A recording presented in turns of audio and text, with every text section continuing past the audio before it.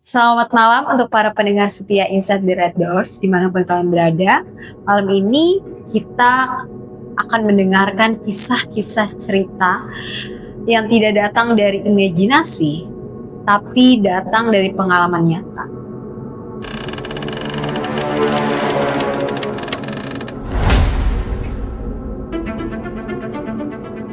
Sudah hadir bersama kita yang membawa pengalaman pribadi yang bahkan aku sendiri agak merinding ya ketika mendengar sekilas ceritanya. Langsung aja, halo Mas Raden, apa Halo, kabar? sehat Kak? Baik kok. Oke, sebelumnya kita sempat ngobrol ya di luar di belakang kamera. Itu ceritanya cukup menarik dari pengalaman Mas Raden ini. Ternyata tuh banyak banget kisah-kisah horor yang dialamin gitu. Pertama tuh Mas Raden juga cerita pernah ikut pengalaman apa? Iya, itu kayak itu tuh kayak kita seluruh Jakarta lah, dari timur, selatan, jadi satu, ada acara pentas seni. Nah, iya. Gongnya di situ lah, pentas seni. Nah, itu tuh dia mengalami pengalaman yang cukup mistis. Kita langsung dengerin aja cerita lengkapnya dari Mas Raden. Gimana Mas Raden? Gue sambil ngerokok ya. Oke. Jadi awalnya tuh Kak, pas itu di sana gue kurang lebih 3 harian. Acara itu tuh berlangsung 3 hari. Cuman di hari pertama ini gue karena banyak aktivitas kali ya, karena di hari pertama ini gue tuh pelatihan militer lah, full pelatihan militer tuh. Jadi badan kan capek, terus nggak ada kayak setelah aktivitas tuh gue ngumpul sama teman, ngobrol-ngobrol gitu nggak ada. Jadi ya malam pertama itu gue langsung tidur karena capek aja. Oke. Jadi nggak ada hal-hal aneh juga sih di saat gue tidur ya, gangguan-gangguan gitu juga nggak ada. Nah, tapi setelah di malam puncaknya itu di malam kedua nih. Pokoknya setelah acara puncaknya itu pentas seni, baliklah ke tenda masing-masing. Dari tenda masing-masing karena kita merasa udah bebas, udah nggak ada acara lagi yang harus dilakuin kan. Di situ kita pada bikin api unggun lah. Bikin api unggun, meja bundar gitu kan. Nyanyi-nyanyi, gitaran. Nah, jeleknya kita di situ karena itu kan sebenarnya daerah punya orang kan ya, kita kayak cuma tamu lah ke sana kan, tapi tingkah laku kita tuh sompral banget lah, kayak dari omongan-omongan kasar apa aja lah itu, apa aja disebut kan.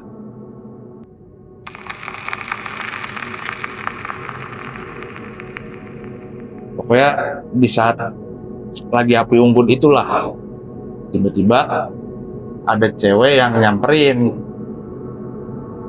ke kita nih, ngasih tahu kalau temen satu tendanya itu kemasukan. Jadi pas gue dengar kabar itu sama teman-teman gue nih yang lagi ngumpul, gue samperin lah langsung ke tendanya kan, buat cek kondisinya. Sampai di sana emang bener dia kerasukan, kayak ketawa-tawa gitu Kak. Ketawa kuntilanak. Ya seperti itulah, cuman pelan. Ketawanya ini pelan. Nah, sama temennya ini yang satu tendanya, dia nyoba nyadarin si temennya ini. Cuman malah makin kencang lagi ketawanya. Di situ kondisinya. Tapi di tempat lo camping ini, itu tuh suasananya gimana? Gelap kah atau emang tempatnya tuh di pegunungan yang maksudnya tempat perbukitan yang serem gitu loh? Kalau dibilang serem sih ya namanya hutan ya Kak. Iya sih. Namanya hutan ya ada hawa tersendirinya nggak sih? Tapi kalau di malam itu sih kalau dari feeling atau hawa biasa aja Kak. Cuma tiba-tiba ya ada yang nyamperin ini, ngasih tahu kalau temennya kerasukan. Terus gimana yang temennya kakak ini kelanjutannya? Ya pas itu karena kita pada bingung kan harus gimana nanganinnya. nggak ngerti lah buat nyadarin kalau orang kesurupan gitu harus gimana. Nah, gue kepikiran ya udah bawa ke pos panitia aja. Oke. Nah, ya pas kita ngebawa dia ke pos panitia itu kan kita ngebopong ya. Kebetulan disitulah gue yang ngebopong dia. Tapi pas Mas Raden gendong temennya ini yang kesurupan, itu ada kayak beda nggak, kayak berat, lebih berat kan katanya kalau misalkan orang yang kesurupan kan bobot itu lebih beda gitu loh, kayak bobot yang biasanya gitu. Merasa kayak gitu nggak, tahu ya sama aja. Kalau dari bobot sih biasa aja ya Kak. Oke. Apalagi di situ kondisinya gue tuh panik lah, panik bingung kan mau ngapain, ya udah aja lah langsung gercep lah, gercep buat bawa panitia lah, pikiran gue gitu doang. Nah tapi di saat pas gue bopong ini di perjalanan dia masih ketawa aja terus, bener-bener ketawa terus lah. Cuman pas gue nengok ke arah dia tuh natap gue Kak, kayak ngeliatin gue gitu, nggak melotot nggak apa, cuman sinis.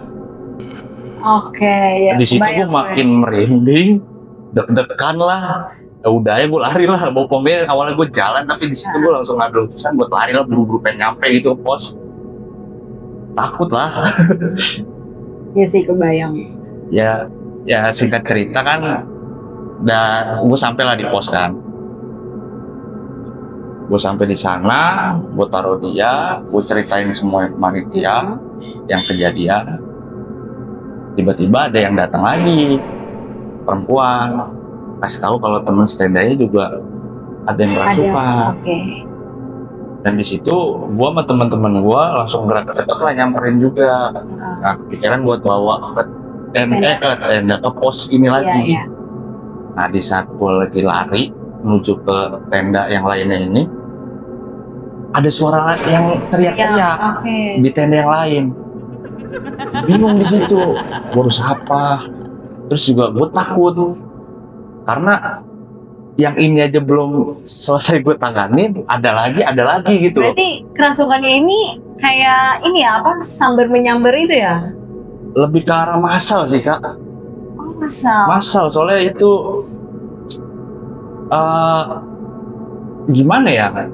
Karena hampir di semua tenda cewek itu ada aja yang kemasukan. Oke.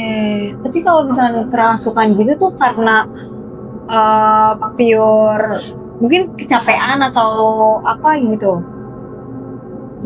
Kalau gue sih berpikirannya di situ karena ya itu tadi di saat yang kita kumpul, ya kesompralan kita itulah. Udah gitu kayak lingkungannya itu sebenarnya tadinya tuh bersih, cuman di malam itu tuh emang gue nyium bau pesing lah. Nah gue mikirnya kayak banyak yang kencing sembarangan gitu kan sompral juga begitu. Terus lanjut tadi temennya? Oh yang tadi karena gue bingung dan gue juga takut, gue mutusin balik ke tenda. Gue ngindar lah, gue mau ngindar, gue mau tidur, pokoknya gue pengen buru-buru pagi. Jadi gue nggak mau ngelewatin malam itulah. Tapi pas sebelum gue balik ke tenda, gue kebelet. Jadi gue mutusin kamar mandi dulu kan. Kamar mandi itu kayak gubuk Kak, kayak gubuk tua gitulah. Jadi dia bentuknya rumah yang kayak di sawah-sawah itu ya, yang iya betul kayak gitu bentuknya. Nah pintu masuknya itu kan kebuka ya kalau gubuk itu. Nah pas gue baru mau masuk, itu ada tangan dari atas gubuknya gitu Kak. Serius? Ada tangan hitam, kukunya panjang. Mau ngambil gue gitu, cuman gue refleks hindar, jadi nggak kena. Dan di situ gue langsung udahlah nahan, gue langsung balik ke tenda karena menurut gue udah ini udah terlalu jauh lah. Oke. Tapi dari kamar mandi ke tenda itu lumayan jauh jaraknya? Enggak, untungnya dekat Kak. Oh, untungnya dekat. Jadi kayak kalau mau ke tenda gue ini emang lewatin kamar mandi dulu. Makanya gue mutusin awalnya kan pengen ke kamar mandi kan kencing tuh. Cuman karena hal itu gue nggak jadi. Gue mending langsung tidur lah.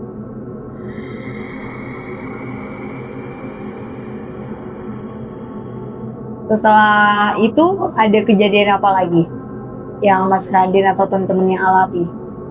Kalau di malam itu sih udah sih Kak, pas dari kamar mandi ke tenda gue langsung tidur aja. Oke.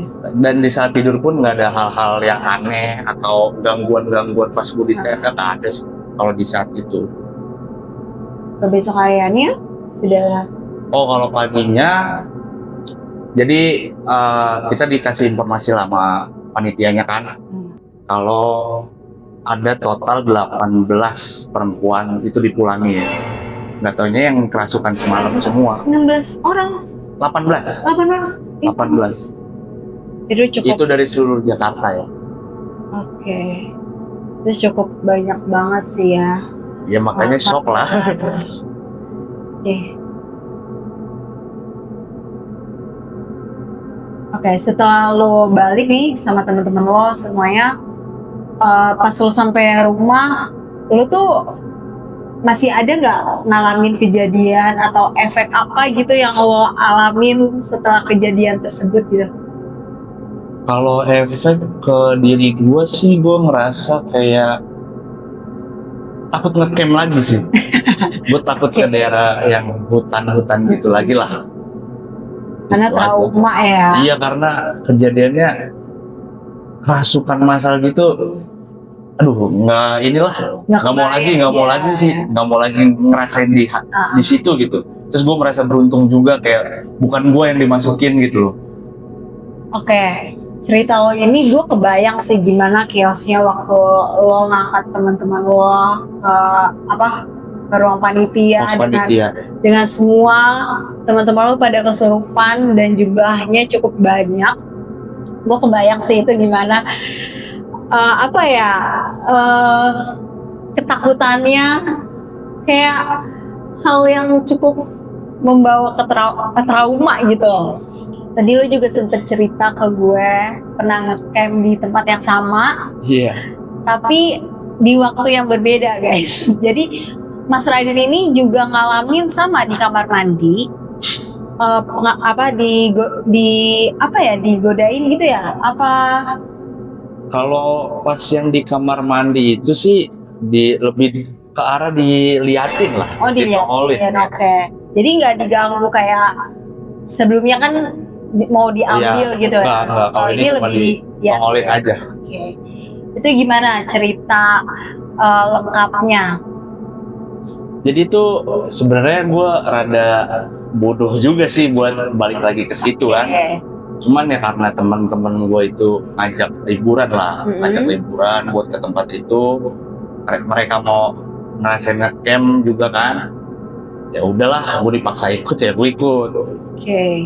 Nah jadi di situ kalau yang di kamar mandi itu gue kondisi lagi pengen BAB.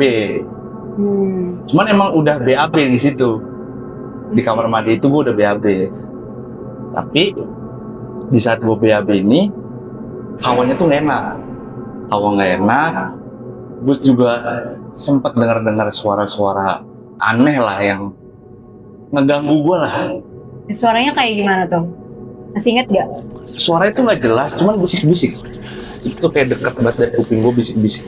Oke. Itu doang yang bikin gue nggak nyaman lah di situ.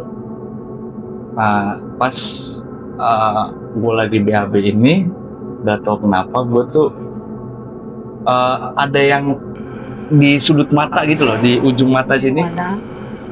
Kayak coba lihat sini dong gitu, kayak narik gitu loh. Kayak narik buat dilihat gitu. Nah, gue langsung nengok ke tembok itu. Jadi temboknya tuh kayak batu-batu gitu, cuman ada bolongan di sebelah kiri gue ini. Batu bata gitu ya? Enggak batu bata juga sih, kayak batu-batu kali yang bulat gitu. Oh iya, kebayang. Ya cuman ada yang bolong satu sisinya. Nah di saat gue nengok itu tuh ada mata warnanya merah terang. Nah pas gue langsung lihat itu, gue langsung pakai celana gue langsung kabur aja gitu. gue nggak mikirin cebok apalah, gue langsung lari aja dah balik ke tenda. Berarti Mas Raiden juga nggak sempat mastiin itu apa gitu? Nggak mastiin, karena ya pas gue lihat mata merah itu gue udah takut banget lah. Shock lah. Apalagi kan Mas Raiden juga ngalamin kejadian mistis sebelumnya, jadi kayak udah ya udah ke bawah aja gitu iya. ketakutannya. Oke.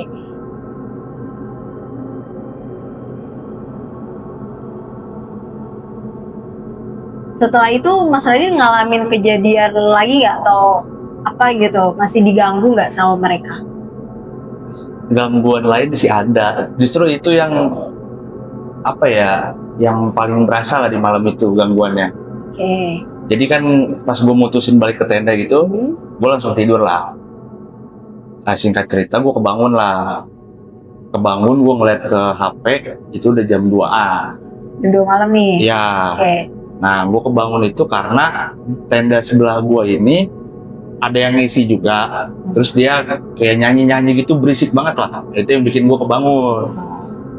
Nah, pas gue kebangun ini, gue niatnya tuh mau negor. Karena ya berisik lah, gue pengen tidur gitu kan. Gue bangunin lah temen gue. Nah, gue ngajak dia buat negor. Cuman di saat gue baru pengen keluar tenda, mereka tiba-tiba kayak ada diskusi kecil gitu, gue nggak tahu ngomong apaan, cuman langsung masuk aja gitu ke tenda. Orang-orang ini? Iya, yang di sebelah tenda gue ini. Padahal kan awalnya dia lagi nyanyi, teriak-teriak, cuman gue belum keluar, dia udah langsung masuk aja gitu. Gue bingung tuh di situ. Tapi ya gue belum kepikiran yang aneh lah. Nah udahlah, gue pengen nyoba tidur lagi tadinya. Cuman ya karena udah kebangun, gue sama teman gue ini nggak bisa tidur. Oke. Nah di saat, jadi gue ngobrol-ngobrol santai lah. Akhirnya gue ngobrol-ngobrol santai sama dia. Tiba-tiba lagi asik-asik ngobrol, tenda tuh goyang. Tenda mana? Tenda yang gue tempatin, yang gue tidurin ini goyang. Cuman di situ goyangnya belum yang berasa banget, cuman sekedar goyang. Jadi di situ gue masih positive thinking. Angin gitu ya mungkin. Antara angin, kalau enggak temen gue yang lain nih yang tidur, dia kayak gerak-gerak jadi bikin goyang. Gue masih mikir gitu. Tapi temen gue ini yang lagi ngobrol sama gue, dia udah suges duluan. Dia udah suges duluan kayak ada yang goyangin dari luar gitu. Dia langsung selimutan, nyoba buat tidur. Gue situ bingung lah. Gue mau ngapain karena gue nggak bisa tidur. Udah aja gue main HP dulu kan, scroll. Pas gue lagi nyetrol, tendanya goyang lagi, tapi kali ini tuh berasa banget goyangnya. Kayak emang bener-bener digoyangin gitu loh. Oke, goyang. Di saat yang goyangan kedua ini, teman-teman gue ini bangun semua. Yang tadinya pada tidur lelap, bangun semua. Terus gue langsung ngajak mereka lah, ayo cek aja langsung ke depan. Karena kalau gue sendiri kan gue nggak berani. Jadi gue ngajak mereka ngecek. Teman gue duluan nih keluar, kita semua keluar. Ngeliat ke sekeliling tenda nggak ada apa-apa. Tapi pas gue udah di luar tenda, tendanya itu nggak goyang. Lu cek semuanya itu nggak ada apa-apa? Nggak ada apa-apa. Di sekeliling tenda gue nggak ada apa-apa. Yang tenda tetangga lu yang berisik itu juga diam gitu? Maksudnya nggak ada sih, nggak ada suara-suara gimana sih. Terus juga kayak, kan kalau dari luar kita ngeliat lampu tenda gitu kelihatan ya, dia udah gelap. Kayaknya udah pada tidur juga sih. Terus pas kalian ngecek di luar, suasananya beda nggak? Kalau kalau gue pribadi ya langsung ngerasa kayak aneh banget sih gitu, merinding lah, deg-degan juga. Karena kan gangguannya lumayan sih, itu goyangannya itu berasa banget kan, bener-bener berasa. Ya udah dari situ, karena kita cek nggak ada apa-apa kan, kita langsung memutusin buat masuk lagi aja. Cuman salah satu temen gua ada yang nyetel murotal gitu lah, buat kayak nemenin tidur gitu biar nggak ada gangguan lagi lah. Udah sih gitu aja kalau yang di kejadian gue yang kedua ini. Ya cukup mengganggu sih ya. Ganggu banget sih itu. Dari Mas Radin ngalamin sebelumnya ngalamin di tempat yang sama, terus ngecamp lagi di tempat yang sama, dapat kejadian mistis lagi, walaupun emang nggak terlalu terlalu serem banget lah sampai gangguan fisik, Tapi itu cukup bikin traumanya tuh ini lagi, bahkan ada lagi gitu. Ada. Tapi setelah kejadian yang udah lo alamin ini, lo tuh jadi lebih sensitif atau lebih peka nggak sih dengan hal-hal kayak gitu? Ada sih efeknya, gue lebih sensitifnya ya kak. Ya waktu itu sebenarnya gue dicerita lagi sih kak. Oh ada lagi? Ada lagi. Apa tuh? Tapi kali ini tuh bukan ngecamp ya. Oh bukan kayak. Bukan ngecamp. Cuman dia glamping gitu modelnya. Di daerah mana tuh? Kalau ini di daerah Cianjur. Daerah Cianjur. Nah di situ itu gua nyewa satu bungalow lah. Satu bungalow tuh gede. Nah itu gua kesana bareng keluarga gua. Pas gua liburan kesana, sebenarnya kalau dari hawa tempat itu rame, terus kayak hawanya juga enak, kayak nggak ada seremnya lah. Gue ngeliatnya tuh kayak enak lah liburan di sini, nggak bakal kejadian hal yang sama kayak yang pernah gue alamin gitu. Tapi pas malamnya nih kak, jadi pas malam itu gue ngumpul lah sama saudara-saudara gue ini di balkon. Jadi bungalaunya itu ada balkon. Ngumpul aku di situ, ngumpul ya cerita-cerita gitu kan, ngobrol-ngobrol. Terus di situ ada saudara gua, dia kencing sembarangan dari balkon. Ada sompral ya. Terus? Iya, dia kencing sembarangan dari balkon itu. Gua langsung ngeh terus ngingetin gitu kayak, lu ngapain, kan ada kamar mandi ya di bungalow. Gue ngingetin lah kayak apa ya, kencing sembarangan kayak gitu tuh bikin mereka terganggu gitu. Iya, bikin mereka terganggu juga gitu. Ya benar, ngingetin hal kayak gitulah. Tapi dia malah bersikeras kayak gue mau healing. Ya dia kalau gue lihat di situ kayak sombong gitulah, kayak lebih ke arah menantang sih kak. Gue ngeliatnya kayak menantang penghuni sono gitu loh. Oke. Terus. Nah, di situ kayak ya gue ya ngasih omongan terus lah ke dia, jangan gitulah. Gue bakar rokok dulu lah kak, biar nyantai. Nah di situ setelah yang saudara gue ini kencing gitu kan, hawanya tuh langsung beda kak. Gue ngerasain hawanya tuh lebih dingin. Sebelumnya emang dingin, cuman setelah saudara gue kencing itu lebih dingin lagi hawanya. Beda lah ya. Beda banget. Terus kayak bulu gue langsung pada merinding. Itu tiba-tiba banget lah hawanya. Terus dari ujung mata lagi nih kak, ujung mata sebelah kanan tapi kali ini. Nah itu jadi di bungalaunya itu ada apa ya, kayak genteng atau teralis gitulah warna putih kan. Nah, gua awalnya mengira itu yang ada di ujung mata gua, makanya gua hirauin. Cuman ya namanya kepo, terus kayak apaan sih ini, ganggu gitu loh, ganggu di mata lah. Gua nengok lah. Nah itu tuh ada cewek baju putih. Dia tuh duduk yang ngadepnya tuh berlawanan dari gua. Itu di besi balkonnya. Tiba-tiba tuh langsung nengok ke gua. Mukanya itu hitam, tatapannya sinis. Serius? Itu asli kak. Gua ngerasain ngelihat secara dekat. Di situ lah pertama kali gua ngeliat dekat banget. Terus? Ya gua langsung buang pandangan karena di situ ya kaget lah. Buang pandangan dan pas gua gua nengok ke saudara gua lagi, nggak taunya dia ngeh. Nah ini yang saudara gue yang gitu ya, dia ngeh kalau gue tuh kayak kaget, ekspresi gue tuh beda lah. Dia nanya lah, abis ngeliat apaan? Ya gue bilang udah, awalnya sih gue ngomongnya kayak enggak ngeliat apa-apaan gitu, kayak nyoba ngalin isu lah. Cuman dia kayak kepo, kayak mastiin gue nih, ini orang habis ngeliat sesuatu nih gitu ya. Gue ditanya-tanyain terus gue bilang aja udah ntar aja lah ceritanya di dalam. Nah, singkat cerita, gue udah di dalam lah. Terus gue ceritain yang tadi gue lihat di depan itu apa. Nah, pas gue lagi cerita ini, bude gue itu ke kamar mandi. Dia mau wudhu buat sholat isya. Nah, pas dia lagi wudhu, dia sempat kayak ngucap astagfirullah gitu, tapi kenceng dari kamar mandi.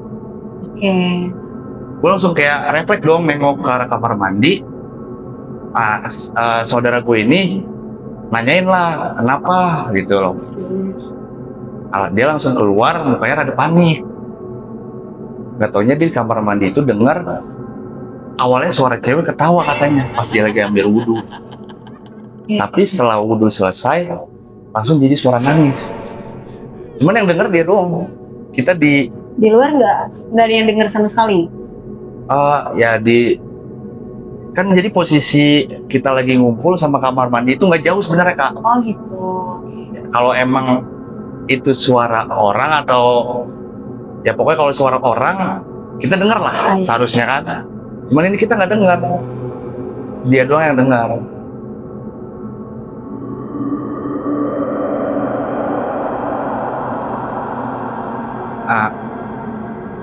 Setelah dicerita kalau ada yang begitu, kita langsung suges semua lah di situ.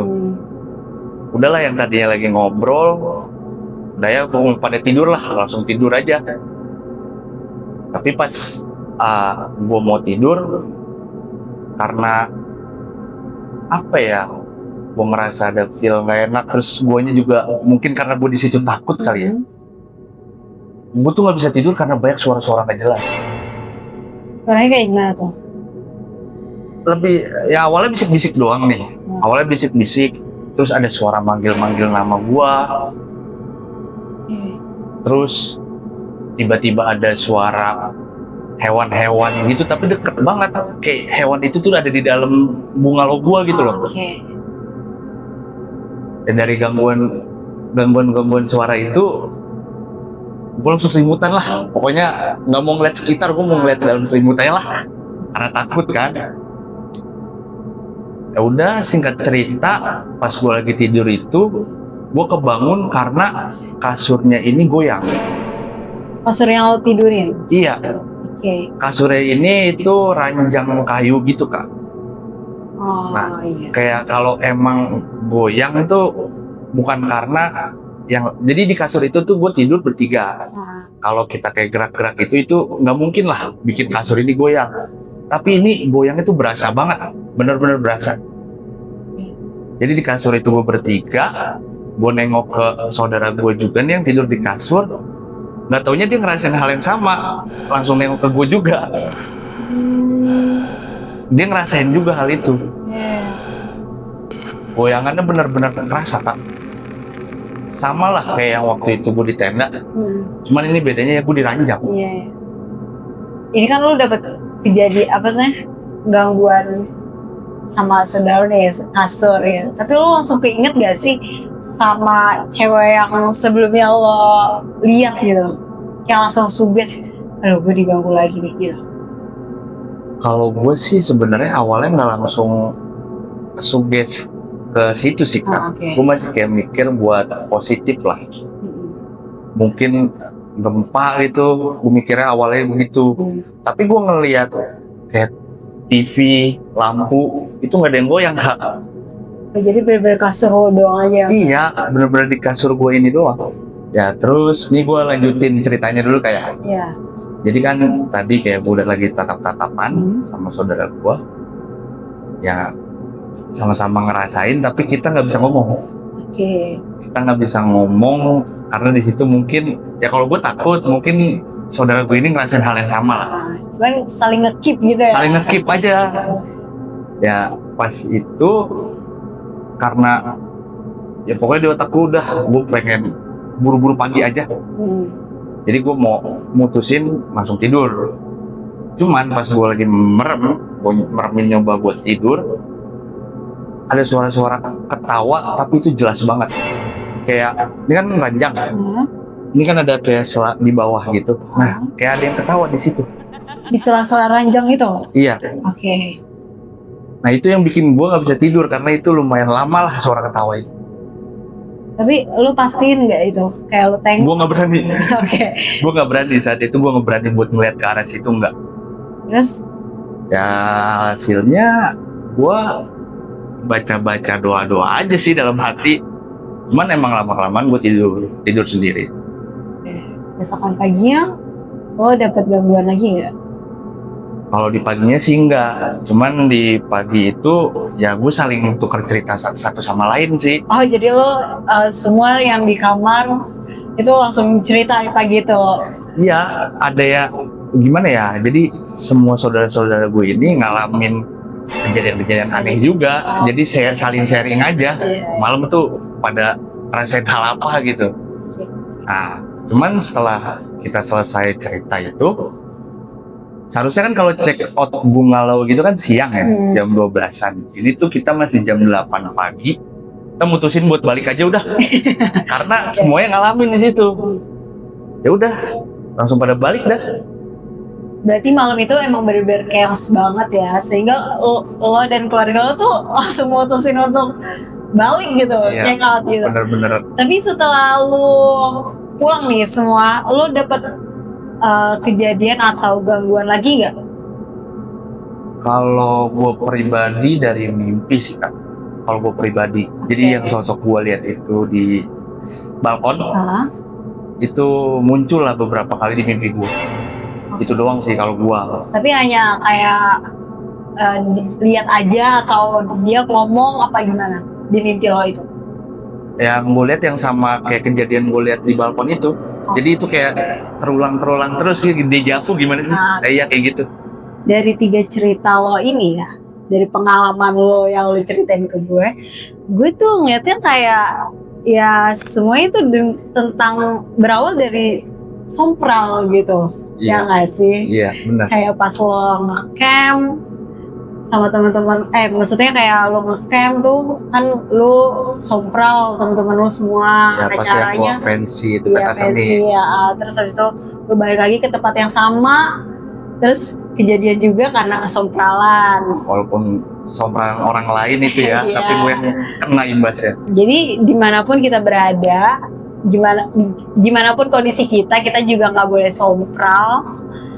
Terus juga kita juga harus ya setidaknya kita harus menghargai, menghormati lah. Iya, menghormati tempat yang kita, intinya tuh jangan pernah ngeremehin tempat yang kita datengin gitu. Ya, karena kan kita bertamu lah. Iya betul. Itu dia cerita dari Mas Raden. Untuk Mas Raden kira-kira ada nggak pesan-kesan untuk teman-teman yang nonton? Kalau dari gue sih paling ya kalau kalian mau liburan atau kalian ada kegiatan di tempat-tempat yang baru kalian kunjungin, jagalah sikap sama etika kalian. Jangan terlalu seenaknya gitu, karena kan kita tamu di situ, kita bertamu. Kita nggak tahu lah di situ tuh ada apa, terus kayak ada tes seperti apa, kita kan nggak tahu. Jadi kita harus ngadain aja gitu. Benar. Sopan aja sih yang penting kalau di tempat baru. Itu aja sih Kak. Oke, makasih Mas Raden udah nyempetin waktunya, udah mau datang ke studio cerita pengalaman yang cukup menurut aku tuh menggali trauma yang udah alamin tapi jadi nimbul lagi. Iya betul. Oke, jangan lupa like, komen, dan kalian juga bisa cerita pengalaman mistis kalian di kolom komentar. Subscribe juga ya guys. Jangan lupa nyalakan lonceng notifikasi dan pantau sosial media kita di bawah ini. Dan ingat, yang kamu dengar di balik itu jangan disebarkan. Inside the Red Door.